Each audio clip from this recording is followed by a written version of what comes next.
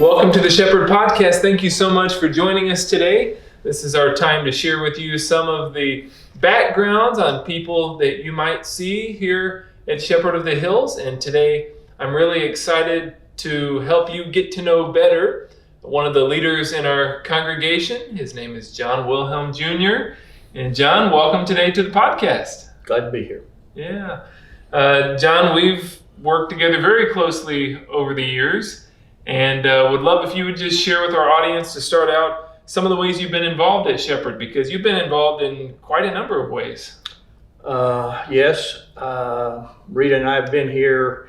I heard Tim mention something a couple of weeks ago that he and Debbie had been here 40-something years. Rita and I started here actually before them, Yeah. but we were not at Pastor Dan's installation.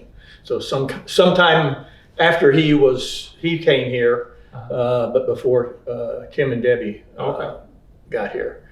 And I've served on several different committees. I was surprised when they asked me to be an elder the first time, because I thought elder was elder in age as well. Yeah. And I've served as vice president and president, then again as an elder, and I think I've said this before, being an elder is probably the most rewarding and position that I really enjoy. Yeah. I really like it. And now I'm on the Board of Education, so that's something that I haven't done before. So you've hit the trifecta. You served on all three of our boards. Yeah, I think so. That's Yeah. right. Now you mentioned you've been an elder. You also served as head elder. Yes, sir. For a period of about 4 years. And you said being an elder to you was the greatest opportunity to serve in the church. Can you elaborate on that? Well, I guess I prefer, I know the elders and deaconesses make a lot of calls. I guess I've always preferred the face-to-face. Yeah. So I look forward each Sunday to seeing the people that are on my list, and trying to talk with them. And it's just I've made a few hospital calls. It's just it's rewarding to me, and at the same time I feel like I'm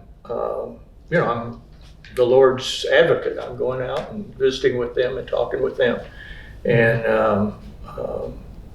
doing whatever I can to help them out. Yeah, it's very much a serving position. Yes. Yeah, yeah, they're all serving positions, but to be able to interact with the people and you really have your flock within the flock. Right. Yes. Yeah, very good. Well, let's give a little bit of your history and your background. Now, you're John Wilhelm Jr., because we had John Wilhelm Sr., who was a part of this church for many years as well. So you want to tell us about your parents and your upbringing and how that helped you to become the person that you are? Well, more than likely, I say more than likely, my parents were probably the biggest influence, my parents and my grandparents. My grandmother and grandfather on my mother's side belonged to Mount Calvary. And when I was born, I was baptized through Mount Calvary, but I was not baptized at the church. I was baptized at home. Oh. And my uncle, who is a Lutheran minister at that time in St. Louis, he was supposed to come down in my aunt and baptize me, but couldn't get away. And I would assume it's part of the polio pandemic at that time. Oh, okay. And but they started a new mission church, St. Matthew.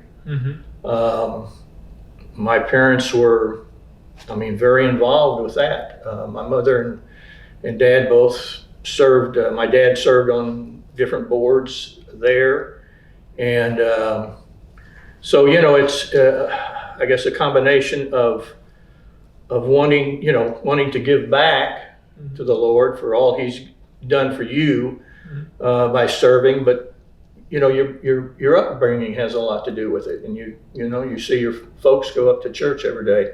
Not that they would leave me at home, believe me. Yeah.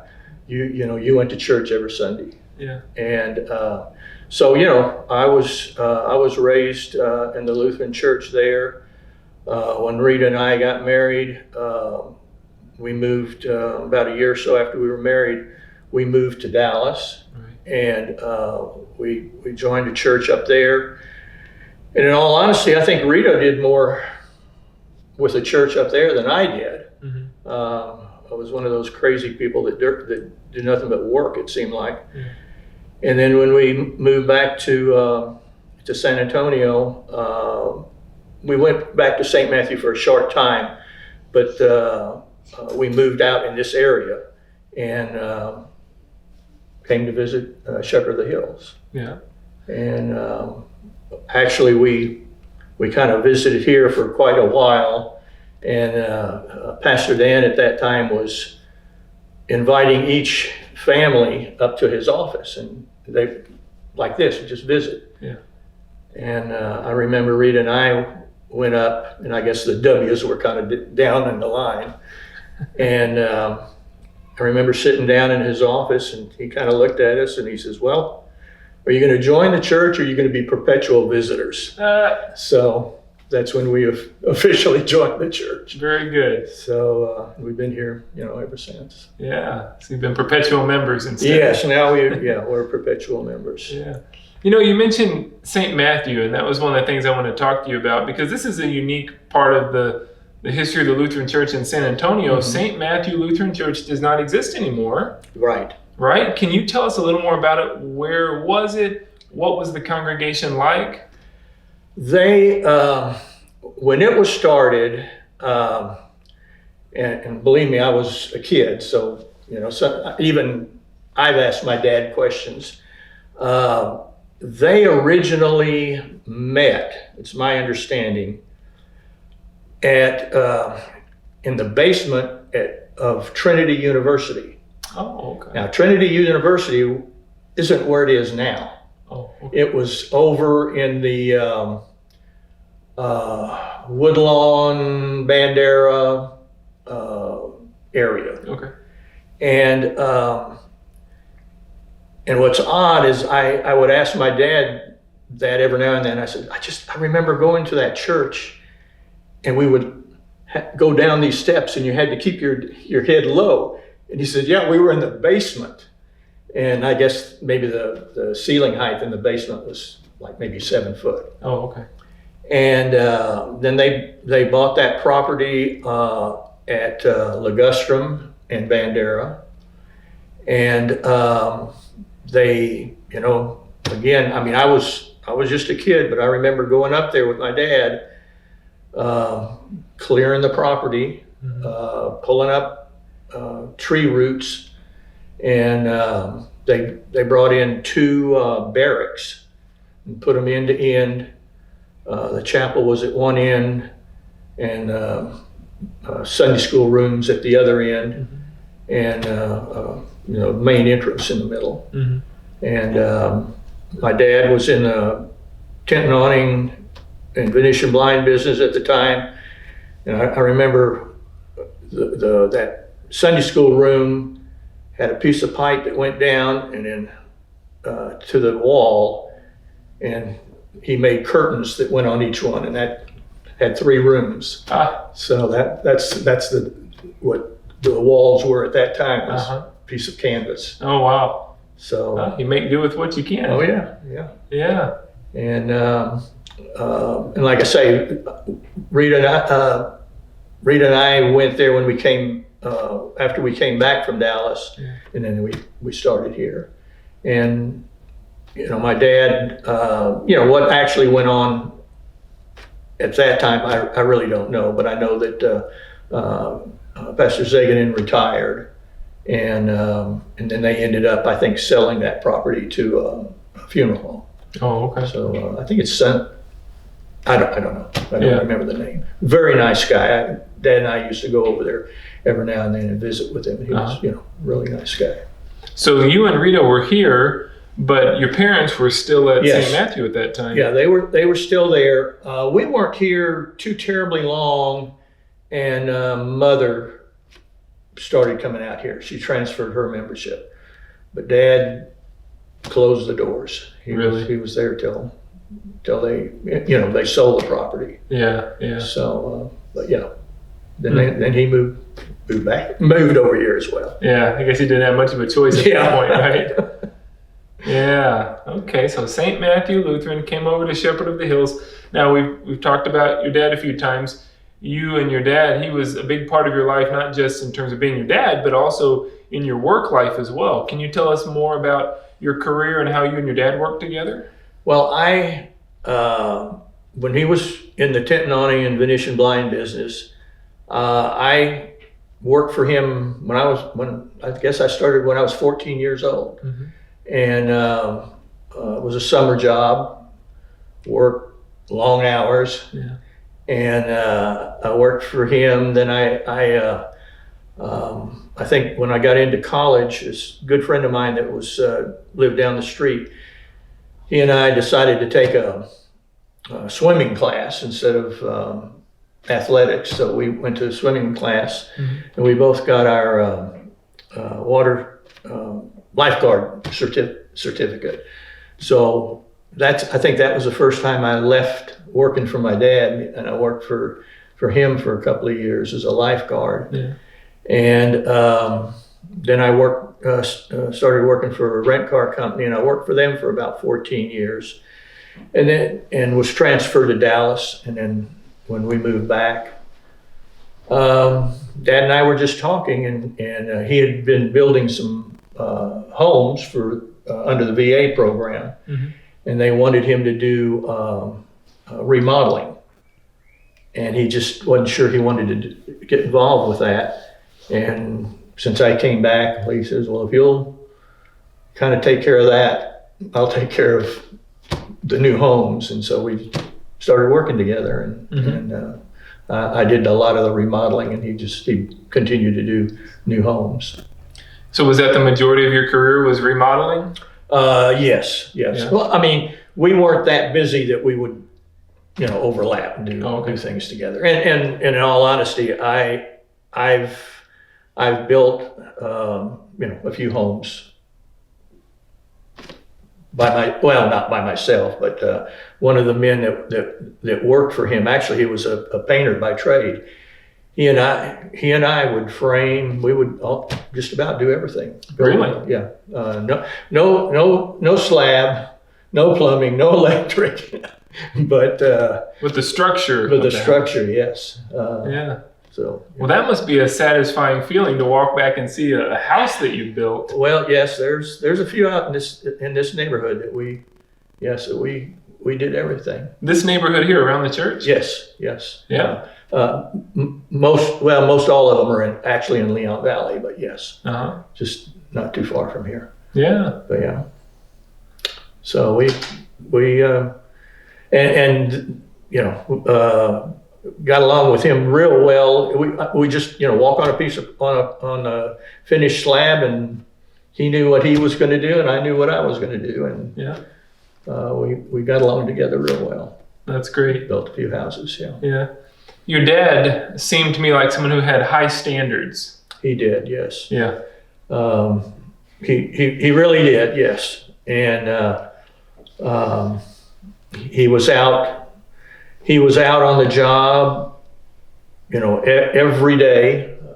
He wouldn't let a day go by and just leave it to the subs. He'd go out and visit with them and make sure everything was okay. But yeah, he did. Very high standards. Were there ever times when it was difficult working with your dad in the sense that he was your dad? I'll tell you a story. One of the subs, and that's another thing. The subs that we were, it was like the same ones. I mean, they were almost like family too. Yeah. And I know this one gentleman that was an electrician. He used to shake his head. And he says, "Well, your dad comes out and he says, this, and this needs to be done right away. And I'll go, okay, but it really doesn't need to be done right now. So he'll leave, and then I just continue doing what I was doing. And I don't know, Dad would come back, and okay. It would get done. Yeah. But I just, you're in the middle of something, you don't want to just stop and do that and come back. Because if I do that, I'll forget. Right. I got to finish my, the project at hand. Yeah. Yeah. So. Yeah. But no, for the most part, I can't say that we ever really got into any kind of an argument or anything. Yeah. We just, he wanted it done a certain way, and I'm not saying I didn't do it that way. I'm just saying it may not have been in the order that he wanted it done. Yeah. But yeah, we didn't. I'm like him. We didn't cut corners. We did, everything correct. Yeah. So. Yeah. And I sure enjoyed getting to know your dad. Your mom had passed before I came, but your dad lived well into his 90s. Right. And really, it seemed to me like he was sharp until the end. He was, I tell you what, for years, he amazed me. He was like a walking roadmap of San Antonio. Yeah. I mean, he just, they'd come up with, need to go on such and such street. And he knew right where it was. And I'm going, what quadrant is that? Right. But yeah, he knew the city. He traveled the city a lot when he had the Technonic and Venetian blind business, because he'd go out and measure for the product. And he could remember that stuff. Man, not me. Yeah. Yeah. So your dad was active here. You've been active here. To come back to the church topic, then, you are still very much a presence on our campus, whether it's volunteering on Sunday mornings. You'll volunteer for multiple services sometimes, just sort of wherever it's needed. You'll be here Wednesdays for chapel services. Oh, yeah. That's my favorite. Why is that your favorite? I just love the little children. This right now, it's still really neat, but you go in there, and of course, Kathy Becker is 5th grade. Those are my kids. Okay. So when I could sit with them, I would, but you'd listen on the other side of the chapel, the little kids, especially when they did the Lord's Prayer.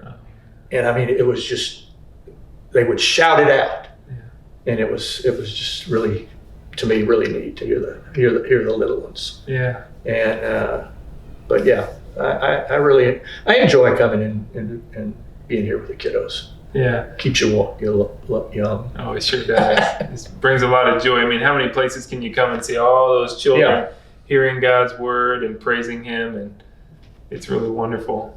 Yeah. Now you're connected with Kathy Becker's 5th grade classroom shepherd. Yes. Right. So what all does that involve? Well, this year it involves standing there and waving at them, keeping your distance. Right. Yeah. But like last year, I think once a month they would have chapel in the gymnasium, and then they would have a thing up in the school in the classroom. And I would go up there with her and try and stay out of trouble, but help the kiddos in whatever project that they had going at that time. Yeah. And so yeah, just being involved with them whenever you can, and then they're my children. I mean, I walk every morning, and I use that time to pray. And they're in my prayers every morning when I walk. Oh, what a blessing for them. So think about them. Yeah, those kids mean a lot to you. Yes. Yeah, and the school means a lot to you. I'm so glad you're serving on the Board of Education now. You're just such a great advocate for the school. And just think about all the different ways you have served and are serving. You're on the building committee as well. Yes. Right? So I saw that expression. What are your feelings on where we're at with the building project right now? Well, I don't want to.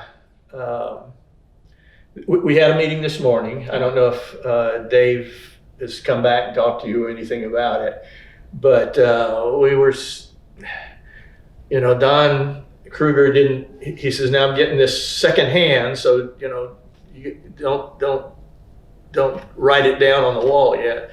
But from what he understands, I mean that you have a group that comes out and marks for the utilities, and they came out and marked yesterday, and you have I think 48 hours to start. Otherwise, you have to call them out to remark. So we understand from that they should start either today or tomorrow. Well, good. Well, I was out there. I didn't see them, so tomorrow. So maybe tomorrow. And by the time this airs, hopefully that'll all be done. Man, hopefully it'll be all finished. This will be old news. Yeah. That building, it's just so exciting. I can't wait for it to happen. It's going to happen. It's coming. Yeah. Makes me think ahead to the future and all the opportunities that it's going to open up. What are your hopes and dreams for the ministry at Shepherd of the Hills? Well, I just, this is to me a great location. Yeah. I think being close to the medical center, I'm surprised that we don't have more visitors or even members that join and then leave when they get their degree. Sure. And we have a few, but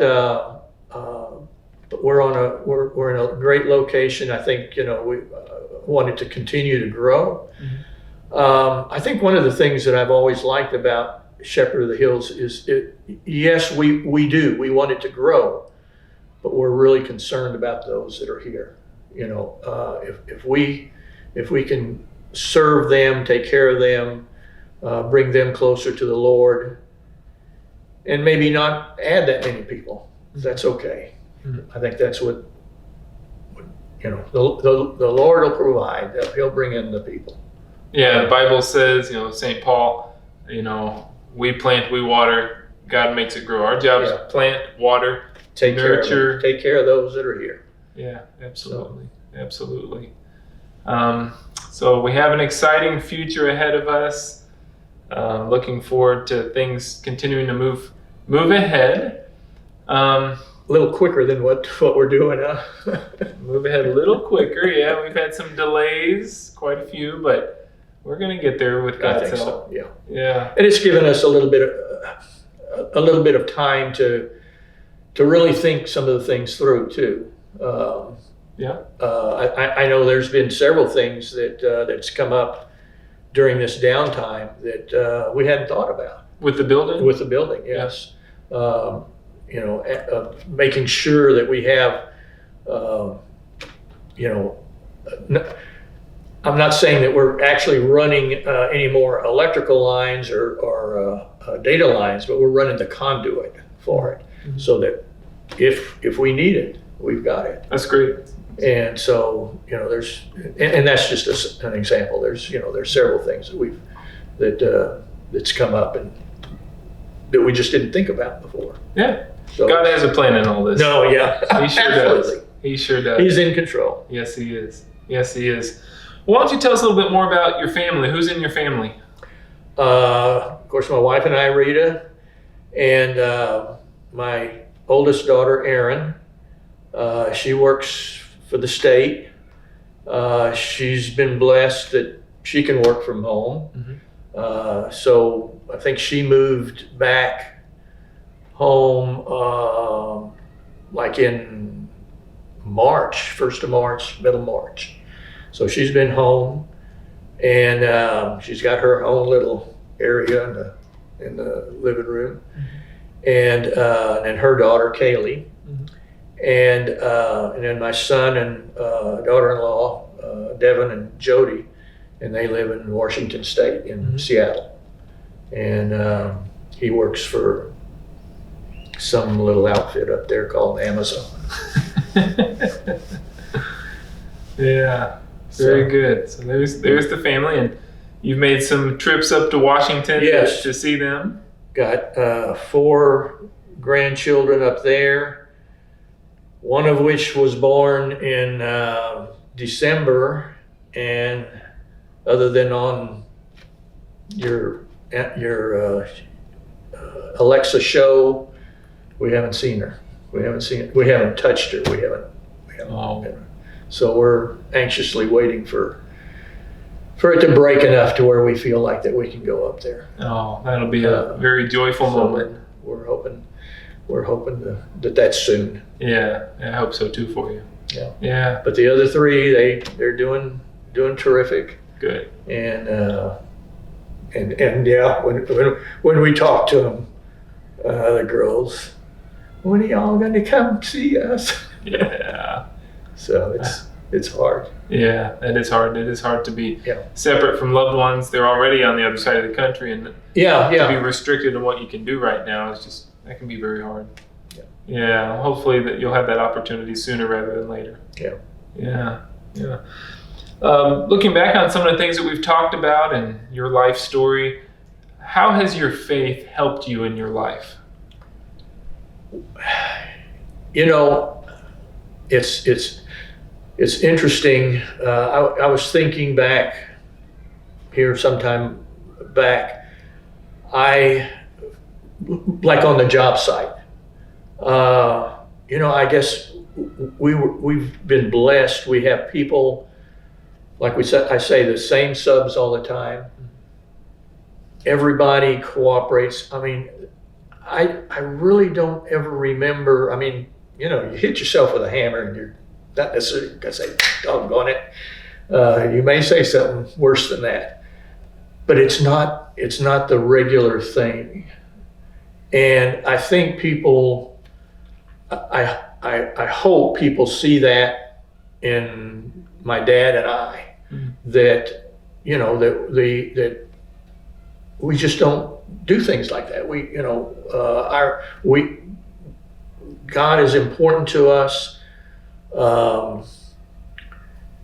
and when you're around, and I don't, when you're around us, you show you think the same way. Yeah.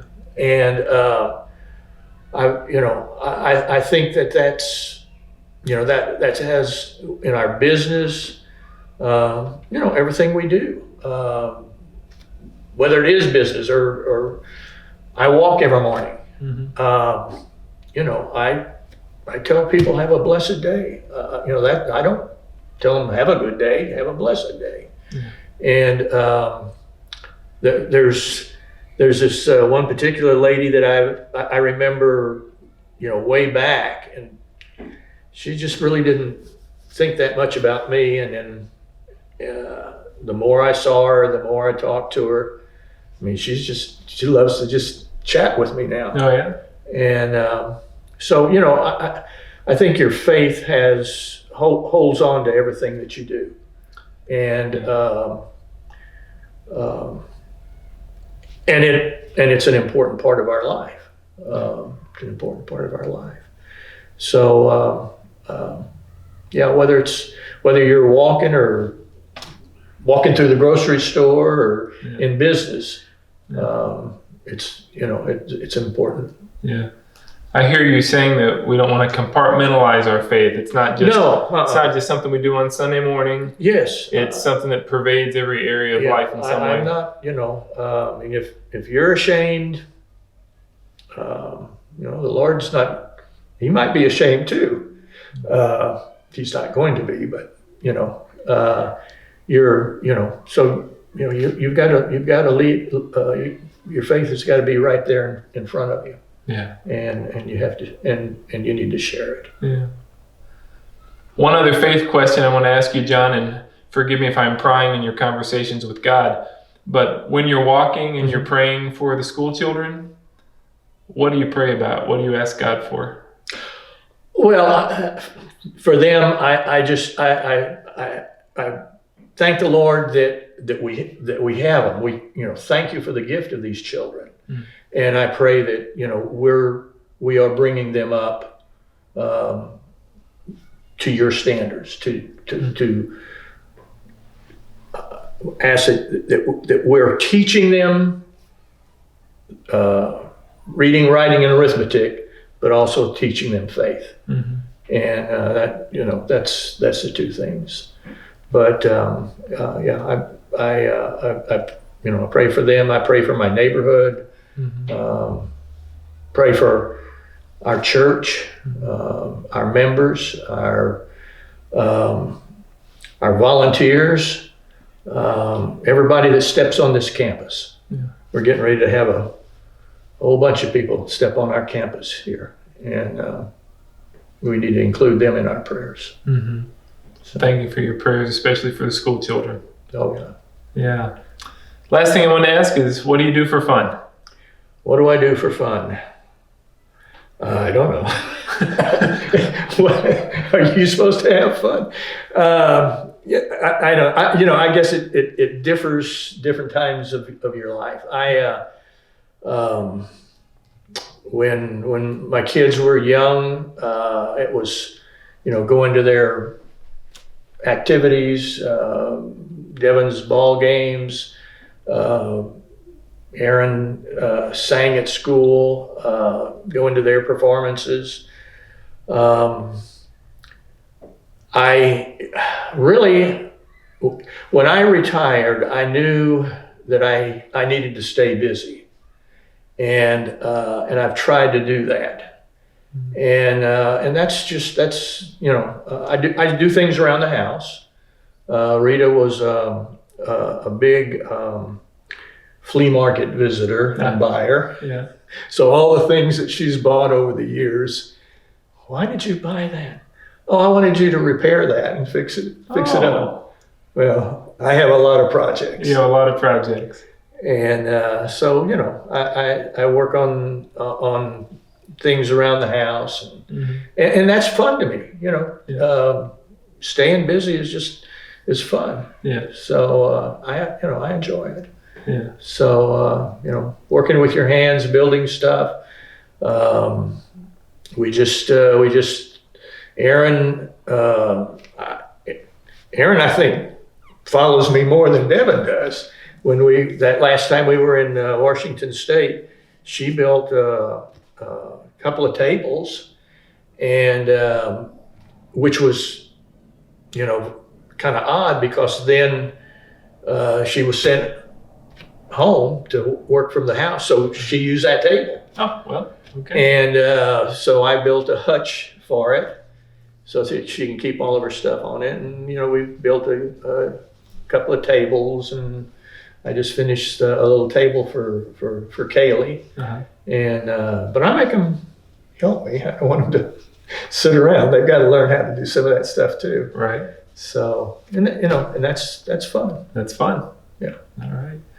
Well, it's been fun having this conversation with you as well. Well, it's good to be here and talk to you, Pastor. It's always good to come up here anyway. Absolutely. Good place to come. Absolutely. Good place to be. A good place to relax. Yeah. Is at the church. Yeah. So enjoy it. Great. Thank you so much, John. Thank you to our viewers and listeners for being a part of this with us as well. I look forward to seeing you next time. Until then, may God bless you with good health and safety. The peace of the Lord be with you.